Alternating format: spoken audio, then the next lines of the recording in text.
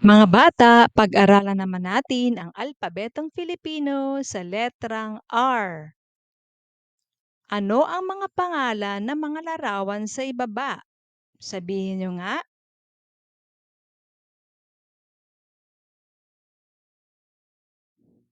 Mahusay. Basahin nga natin. Rosas, radyo, regalo, rambutan, reyna, robot. Ang mga nabanggit na larawan ay nagsisimula sa letrang R. Paano gawin ang tunog? Upang gawin ang tunog na R, ilagay ang dulo ng iyong dila malapit sa likod ng iyong itaas na mga ngipin. Hipan ang hangin palabas at hayaang bahagyang mag-vibrate ang iyong dila habang dumadaloy ang hangin. R, R. Ilang mga halimbawa. Sabihin ang salitang relo ng dahan-dahan at pakinggan ang tunog ng letrang R sa simula. Mag-practice ng pagsabi ng R, relo at pansinin kung paano ang pakiramdam ng iyong bibig kapag ginagawa mo ang tunog na iyon. Halimbawa, relo. Raketa. Robot. Riles. Pagsasanay. Pangalanan ang mga sumusunod na larawan. Itaas ang iyong kamay kung ang pangalan ng larawan ay nagsisimula sa letrang R. Handa na ba kayo? Nagsisimula ba ito sa letrang R?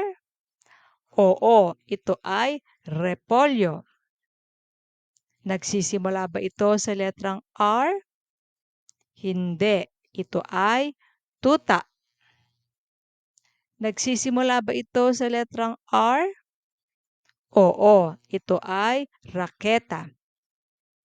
Nagsisimula ba ito sa letrang R? Oo, ito ay ruler.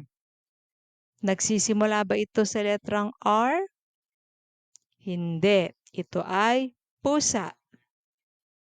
Nagsisimula ba ito sa letrang R? Oo, ito ay rambutan. Nagsisimula ba ito sa letrang R? Oo, ito ay robot. Nagsisimula ba ito sa letrang R? Hindi, ito ay bubuyog. Nagsisimula ba ito sa letrang R? Oo, ito ay roleta. Ang mga larawan sa ibaba ay nagsisimula sa letrang R. Basahin natin, repolyo, raketa, ruler, rambutan, robot, roleta. Magsulat tayo. Ang letrang R ay tumutukoy sa tunog na R. R. Paano isulat ang malaking letrang R? Upang isulat ang malaking letrang R, magsimula sa pamamagitan ng pagguhit ng isang tuwid na linya pababa.